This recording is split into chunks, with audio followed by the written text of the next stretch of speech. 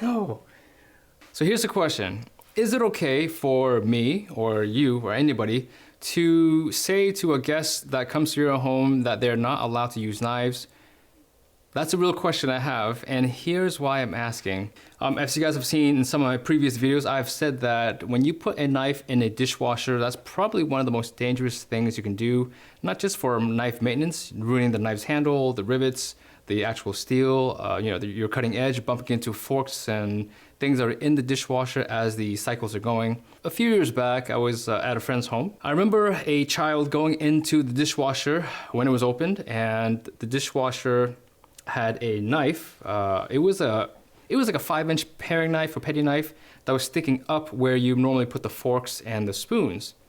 And so I wasn't in the room when this happened, but I recall the child screaming and running into the room where the parents were and where we were. And there was blood all over the child's hand. We find out that the child reached into the dishwasher, the forks compartment, and got a big cut right in the area between the where I don't recall exactly where it was, but I'm pretty sure it was right between where the palm and the finger was. Pretty deep cut. We had to the parents took the kid to the hospital, got stitches.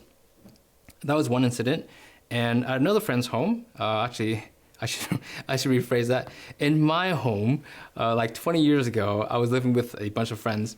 And one day, I recall one of my roommates screamed while he was in the kitchen.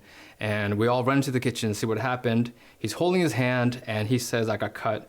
And sure enough, he reached into the dishwasher, the storage compartment for the utensils, and there was a little ginsu that was sticking up. It was a little 4 or 5-inch ginsu that was sticking up, and he cut himself in a very similar area, right where the finger meets the palm. And I'm pretty sure he had to go to get stitches at some point. The moral of the story was, I thought that putting your knife in the dishwasher in that very area, I've always said, is one of the most dangerous things you can do with a knife. Within the last couple of months, 2 of these things happened in my home, which really got me rethinking knife safety in my home and just how dangerous people can be with knives. Recently, I've had a friend, I shouldn't say a friend. I've had someone in my home. This here is nearly $1,000 knife, so I'm not gonna do what happened. I'm not gonna replicate what happened with this knife using this knife. So I have a stand-in, all right? So this is a knife it's a few-year-old knife that I'm actually rehabbing right now. This person grabbed this cutting board, put the knife on the cutting board. The person walked to the dining area, was gonna put this board down, and as the board was going down, the knife literally slipped off. Oh. Okay, I didn't think that was gonna happen, but it did. That's exactly what happened with this knife at my home. Now, 2 things resulted from that. The first was the knife fell, and there is a bent tip on this Yukurosaki, and there are multiple chips right along the front 2 inches, 3 inches of the knife. Dense chips, really, really small. I don't care about this knife, right? I know you guys are saying, how can you say that about a Yukurosaki, hand-forged Yukurosaki? But I don't. Here's why. Here's the context. When that happened, when this knife fell, 3 of my kids were within 3 feet of where it all happened, okay?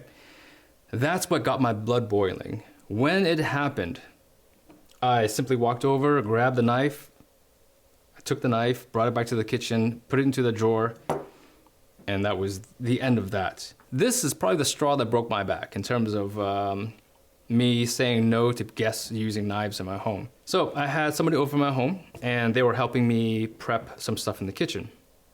Or I should say, they were helping my wife prep some stuff in the kitchen. My wife gave a really quick instruction to grab something else on the other counter. The person was cutting, all right, on the cutting board. And then my wife gave the instruction. This is what this person did. Lifted the knife up, walked like that. Seriously, went from here to here and walked with the knife pointing in that direction, 3.5 feet from the ground. When that happened, I wanted to go over and step on this person's toes. When these scenarios happen, I like to think about the worst case scenario, maybe the best case scenario. So in the incident when the knife fell on the floor, best case scenario, the knife fell away from the children, got a little crack and a bent tip. This is one of the sharpest knives in my home. If the tip went into one of my children, whether it's their hand, their arm, somewhere on their bodies, that's worst case scenario. And then in the incident where the person picked up the knife, turned and walked, best case scenario, nobody was there, nobody was hurt. Worst case scenario, my children are 3 feet tall, 3.5 feet tall. Am I being overly sensitive and overly protective, paranoid about people using knives in my home? Or am I being sensible?